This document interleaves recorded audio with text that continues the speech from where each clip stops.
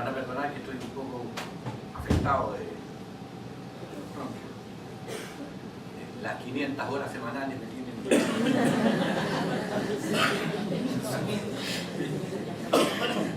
De manera que vamos a ver qué podemos hacer, ¿no? Con esto, qué podemos decir en tan poco tiempo sobre los antipoemas o sobre la poesía de Parra.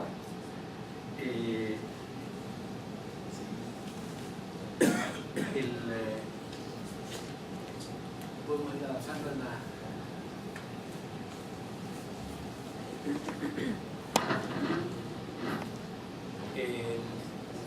aunque los antipoemas empiezan a publicarse en el año 54. ¿Aló? ¿Sí? ¿Sí? Ya. Las 500 horas todavía pueden... aunque en el 54 comienzan a hablarse de los antipoemas con la publicación del libro Poemas y Antipoemas. La verdad es que uno puede rastrear antecedentes de los antipoemas antes. Perdón, estoy pardeando mi idea. Antecedentes antes, no se debe decir. En Cancionero sin nombre, que es el primer libro que publica Parra, y en el poema Hay un día feliz, hay este texto. Y en ese texto se dice, vamos por... es un texto muy sentido, es un texto donde se recupera de alguna manera la vivencia campesina. No lo voy a ilustrar. Pero seguramente muchos de ustedes lo recuerdan, ese poema, ¿no? Donde él regresa a su sitio de infancia, ¿no es cierto? Y empieza a evocar el lugar, el espacio de su casa, de su padre, sus lugares, ¿no? Pero en un momento determinado de ese largo poema, que se llama Hay un día feliz, dice, vamos por partes. Eso ya no es de poesía bucólica, ¿no? Eso ya es de, si ustedes quieren, de anatomía o del descuartizador, ¿no? Vamos por partes. Vamos por partes. No sé bien qué digo. Esto ya es antipoético. La emoción se me sube a la cabeza. Como ya era la hora del silencio cuando emprendí mi singular empresa, una tras otra en oleaje mudo, al establo volvían las ovejas. Las saludé personalmente a todas. ¿Cómo estaban? Eso es ya antipoesía. O sea, hay ya una expresión, una necesidad de salirse de los moldes, ya en la poesía del 38, que es una poesía que todo el mundo ha calificado de una poesía vinculada a García Lorca, vinculada a Óscar Castro, es decir, una poesía vinculada al romance y a la evocación campesina. Eso el año 37. Después de mucho tiempo publica el año... ¿Podemos pasar? Aquí hay otro antecedente de los antipoemas, que es el famoso quebrantahuesos. ¿Qué es lo que era el quebrantahuesos? El quebrantahuesos era un diario mural que Nicanor con Enrique Lin, con Jodorowsky, Alejandro Jodorowsky y otros amigos crearon tengo entendido que es el restaurante naturista en Santiago, y consistía en ¿qué? En hacer un diario mural, pero no un diario mural donde se pegaran simplemente o se recortaran cosas y se pegaran, sino que un diario mural a la manera dadaísta. Y ahí hay un elemento muy importante de antecedente de los antipoemas, que es el movimiento dadaísta de Tristán Tzarás, ¿no? Que publica su manifiesto en 1916. en uno de sus textos, Tristán Tzara dice fórmula para hacer un poema dadaísta. Tómese una hoja del periódico, recórtese cada una de las palabras, métanse en una bolsa y después vayan sacándose de una a una. Les resultará un hermosísimo poema dadaísta. Bueno, eso que en realidad es una provocación, sobre todo para la poesía, revela ya en los primeros 20 años del siglo esta voluntad de la vanguardia por romper con las escuelas tradicionales, con la poesía clásica, canónica, ¿no? Y este espíritu se va a manifestar después todavía más acentradamente y más permanentemente, porque en general en la vanguardia la ruptura fue como de comienzo, fue de manifiesto y fue de primeros libros, pero después estos mismos poetas fueron incorporándose, o la vanguardia misma fue asumida, ¿no?, dentro de los cánones de la poesía, de tal manera que hoy día Huidobro es un poeta canónico. Por ejemplo, en el caso de Parra hay una característica muy especial que la vamos a ir viendo a propósito de ir examinando algunos de los textos. Como les decía, el quebrantahueso consiste en cortar las noticias o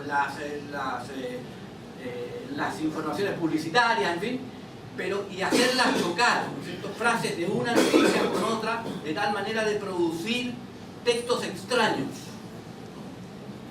Esto se publicó, como digo, hay varias publicaciones, hay varias fotografías de estos diarios rurales reproducidas en una revista del Departamento de Estudios Humanísticos de la Universidad de Chile, de Ciencias Físicas y Matemáticas, donde estaba Parra. Sí, allí en la revista Documentos, algo así, ¿no?, que hubo un solo número. Y ahí se recuperaron varios de las muestras de estas que están, además ustedes las pueden ver en internet, ¿no?, que están, y uno las puede perfectamente recuperar ahí. Ajá. Bueno, muy bien. Estos son los antecedentes entonces de lo que es el antipoema, ¿no?, que empieza en el libro, como digo, poemas y antipoemas. Ese libro tiene 3 secciones, y hay una primera sección que están recogidos los poemas anteriores, una sección que es como de transición. Ahí está, por ejemplo, el autorretrato, ¿no?, este profesor, ¿no?, que ya no ve. Yo me identifico con este profesor. El autorretrato, ¿no?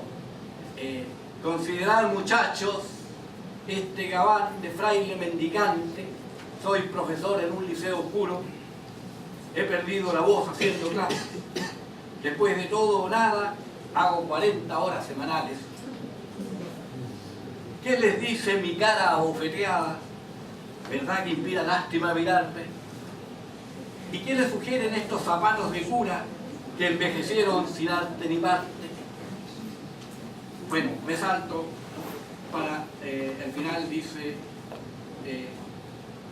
sin embargo, yo fui tal como ustedes, joven lleno de bellos ideales, soñé fundiendo el cobre y limando las caras del diamante. Aquí me tienen hoy detrás de esta misión inconfesable.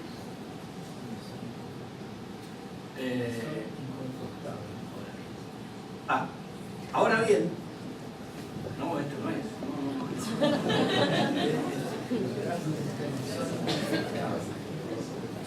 El asunto es que termina diciendo con estas 500 horas semanales. Bueno, está saliendo bastante anti-retórica esta exposición. Pasemos al siguiente, por favor. A ver, perdón, antes. el poema y el antipoema, en la tercera parte aparece esto, que es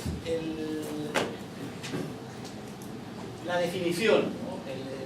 Una especie de advertencia, en la que ya se advierte el uso de un lenguaje absolutamente desusado en la poesía, el uso del lenguaje publicitario, el uso del lenguaje administrativo, el uso del lenguaje jurídico, el uso del lenguaje callejero, ¿no?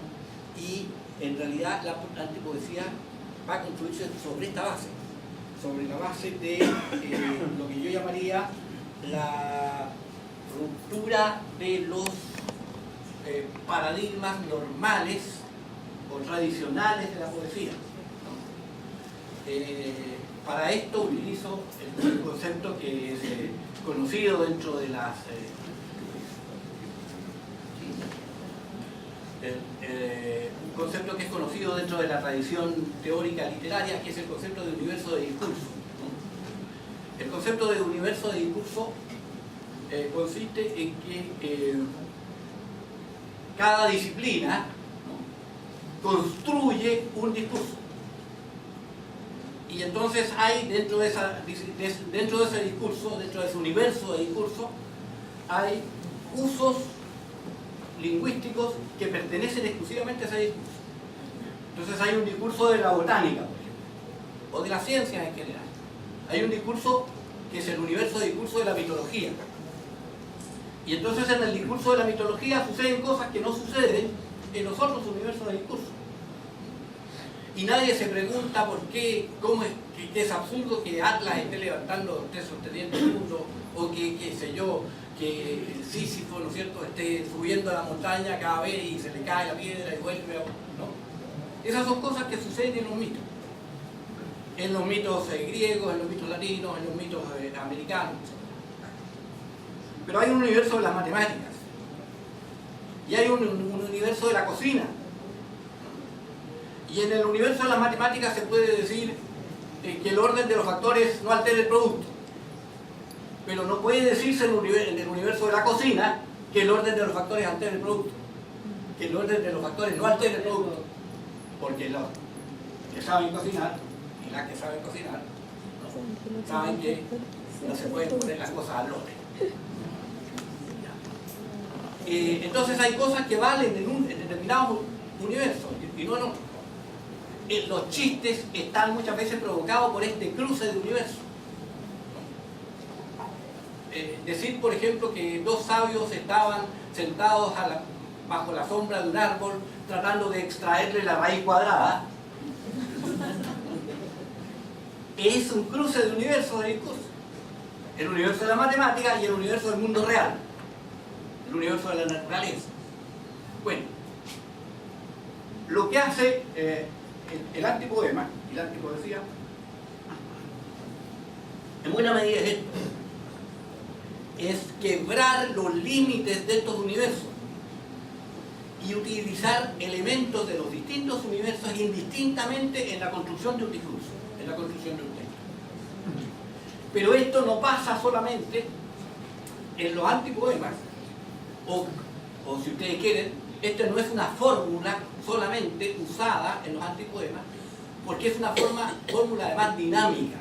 Es una fórmula que además han utilizado otros poetas, desde los antiguos, los griegos, en sus famosos textos salíricos, ¿no?, utilizaron muchas veces estos elementos.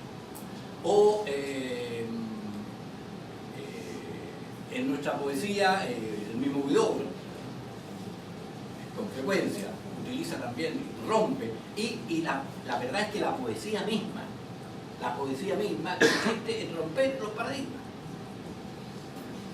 Porque usted no puede decir, es decir, cuando usted dice que describe a la niña que tenía labios de rubí y dientes como perlas, está rompiendo paradigmas. Porque no está diciendo que tenía dientes, que sus dientes eran perlas. Imagínense lo horrible que sería una niña con perlas ahí, unas pelotas en la boca. ¿No? O labios de rubí, así con unos labios así. No. O sea, la poesía ya está, ¿no es cierto?, rompiendo esto. Pero ¿qué hace Parra? La poesía lo rompe, la poesía tradicional, clásica, canónica, rompe estos paradigmas para producir fundamentalmente mundos estéticos, bellos, ¿no? Expresivos de sentimientos fundamentalmente, de interioridades. ¿Y qué hace Parra? ¿Qué hace el antipoema? Rompe estos paradigmas, introduciéndolos ya en una especie de frenesí de universos de discursos que se conectan y se intersectan, ¿no es cierto?, para producir efectos al contrario de la poesía tradicional, es decir, productos irrisorios, productos cómicos, efectos de este tipo en el lenguaje, ¿no? Y luego, para también hacer que la poesía deje de ser un poco etérea, porque esto también es una de las críticas de Parra, deje de ser un poco etérea y se conecte con la realidad, con el mundo, con lo que está pasando, incluso con la política. Hay un libro de Parra que se llama Poesía Política, ¿no? Esto ha permitido que el antipoema, ¿no es cierto?, evolucione. Que el antipoema del año 54 no es el antipoema de ahora. O sea, uno piensa que el antipoema es el antipoema permanentemente. No, esto ha ido cambiando. Y ha ido cambiando a través, por ejemplo, de el Cristo de Elqui. En los años 70 se publica el Cristo de Elqui, los sermones del Cristo de Elqui, los nuevos sermones del Cristo de Elqui, donde el Cristo de Elqui aparece predicando. Y al Cristo de Elqui se lo presenta. Bueno, aquí está el Cristo de Elqui, qué sé yo, y aparece una voz que es como la de Don Francisco en Sábado Gigante, ¿no? Y un gran aplauso para el Cristo de Elqui, qué sé yo. Y luego habla el Cristo de Elqui. O sea, la poesía empieza a convertirse en drama, empieza a convertirse en espectáculo, ¿no? Eso que al principio era nada más que decir, empieza a escenificarse, a dramatizarse. Se incorporan además una serie de códigos absolutamente prohibidos. Dice Parra, por ahí, o se lo escuché decir, que el antipoema era una mezcla de vulgaridad y no era de insolencia. Ya me da cosa. De insolencia. No, era una mezcla. Dos términos bien negativos en realidad. Eran dos términos bien negativos. La pedantería, pero, ¿no? Mezcla de pedantería y vulgaridad. Eso lo dice Parra. Pero lo dice para impactar, ¿cierto?, también. Y para hacer ver que, y esto también después lo va a desarrollar, por ejemplo, Enrique Lino, esta necesidad de que la poesía abarque todos los lugares y todos los espacios posibles. Y entonces vienen las máscaras y vienen los disfraces. Y en el caso de Parra, vienen los artefactos. Y entonces la poesía ya no es palabra nomás, es relación de palabra y objeto. Y luego vienen los chistes, y vienen otros objetos, y vienen las tarjetas postales. Y viene por otro lado la ecopoesía. O sea, este que había sido un energúmeno al principio, una especie de francotirador de la poesía, se convierte de pronto en un ecopoeta. ¿Por qué? Porque empieza a defender a la naturaleza de los embates de las grandes empresas depredadoras. Y hay textos muy importantes en relación con incluso hay un himno, ¿no es cierto?, el de los tres chanchitos. Un himno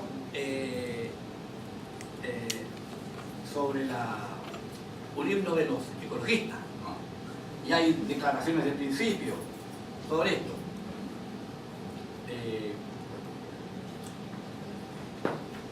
5 minutos. Ya. Dice, por ejemplo, Muchas de las expresiones regionalistas, regionales, populares, publicistas, son reutilizadas con sentido ecologista. Así, por ejemplo, dice, basta de profecías apocalípticas, ya sabemos que el mundo se acabó. Catastrofista, claro que sí, pero moderado. U otro, buenas noticias, la Tierra se recuperará en 1 millón de años. Somos nosotros los que desapareceremos. Otro, recuerdos de infancia. Los árboles aún no tenían forma de muebles y los pollos circulaban crudos por el paisaje. Otro, ya no pedimos pan, techo ni abrigo. Nos contentamos con un poco de aire, Su Excelencia. Y este que es muy bueno. Estimados alumnos, adiós, estimados alumnos. Y ahora defiendan los últimos cisnes de cuello negro que van quedando en este país. A patadas, a combo, a lo que venga. La poesía nos dará las gracias. O sea, el recurso fundamental en este caso, y que es un recurso fundamentalmente ecopoético además, es el reciclaje. Entonces, el reciclaje de formas absolutamente gastadas y usadas, que parecen tradicionales, que parecen incluso ordinarias, y entonces están reutilizadas, recuperadas en el discurso parriano. El reciclaje de expresiones, frases, textos de toda índole aparece como el recurso más adecuado para expresar la vocación ecológica barriana. Ese tipo de reconversión lingüística poética aparece íntimamente ligado a la conciencia crítica que el antipoeta erige con respecto a la degradación del planeta, al agotamiento de los recursos naturales y al crecimiento sostenible como única alternativa de futuro. Uno de los ejemplos más notables al respecto es el reciclaje de los primeros versos del himno nacional chileno. Puro Chile es tu cielo azulado, puras brisas te cruzan también. Que Parra entreteje con expresiones que no solo rompen la solemnidad y seriedad del himno, sino que lo convierten en un chiste, en un desatino. Dice Parra, puro Chile es tu cielo azulado, chiste ecológico. Puras brisas te cruzan también, vaya a seguir. La denuncia ecológica parriana va de la mano del rechazo al consumismo y a las prácticas librecambistas. No por nada los ecopoemas están incluidos en su poesía política. ¿Qué le dijo Milton Friedman a los pobrecitos alacalufes? A comprar, que el mundo se va a acabar. Explosión demográfica, saqueo de la naturaleza, colapso del medio ambiente, vicios de la sociedad de consumo que no podemos seguir tolerando. Hay que cambiarlo todo de raíz. Como su nombre lo indica, el capitalismo está condenado a la pena capital. Crímenes ecológicos imperdonables. Consumismo, derroche, despilfarro, serpiente que se traga su propia cola.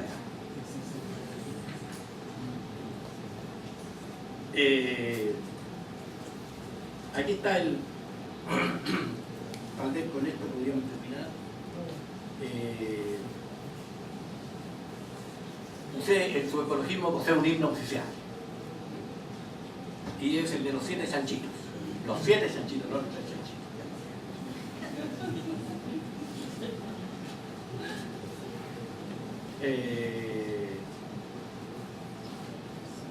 Uno, industrial, poeta, capitalista, naturalmente, chancho con chaleco. 2, agricultor sin inquietud ecológica, ¿qué duda cabe? Chancho con chaleco. 3, ingeniero, se ríe de la ecología, prototipo del chancho con chaleco.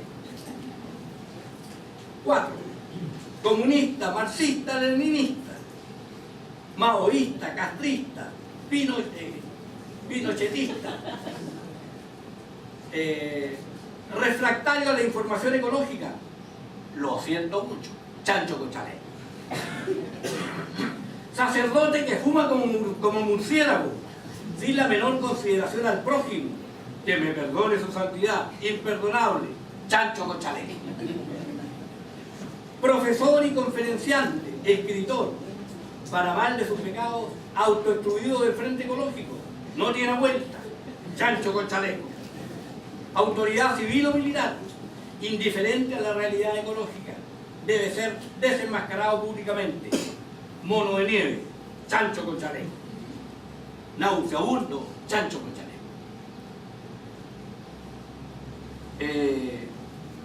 Avancemos, por favor. Veamos la última, nomás la última. Para terminar, digamos, bueno, ahí están los artefactos, el poema se convierte en artefacto, se convierte en chiste, se convierte después en trabajo práctico, ¿no es cierto? En las últimas cosas, en objetos, en fin. Sí, sigamos. Bueno, sigamos, los sermones ya los vimos, los chistes ahí están, todo poesía, menos la poesía, sigamos. Estos son... Sigamos, ahí está. Estos son chistes, ¿no? Los chistes. Antipoesía y estúpido, por ejemplo. O qué sé yo, mire,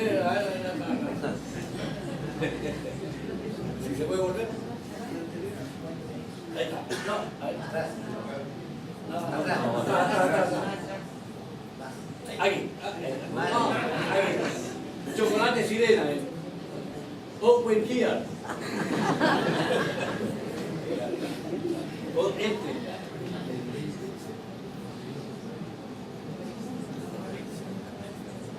La mariposa siempre se va antes. Esta vez me retiro yo primero. Bueno, sigamos. Ya. El autor se dará por satisfecho si los lectores compran este libro. Sigamos. Ya, bueno, la princesa está triste, hay reescritura, ¿no es cierto?, de otros temas. O Carta de Dulcecía, chao, ya no soporto la música ambiental. Sigamos. Ya, bueno, aquí, estos ya son trabajos prácticos. Trabajos prácticos. Burgueses y proletarios. Ustedes ya ven, ustedes, ¿no es cierto?, ¿dónde está la diferencia? ¿Eh? Sigamos. Las tres calaveras de Colón. Sigamos. Hasta descubrimiento de América, ¿no? Sin comentarios. Y el que sigue. Hoy vuelvo, este es el famoso, ¿no? Famoso. Ya, y este, me saquen una botella. Soy frígida. Poesía visual. Ya. El insecto de Edison. Ya está. La mamadera mortífera. Ya. Hueviar humanum est. Y ahí creo que terminamos, ¿no? Ah, todavía quedado una cosa.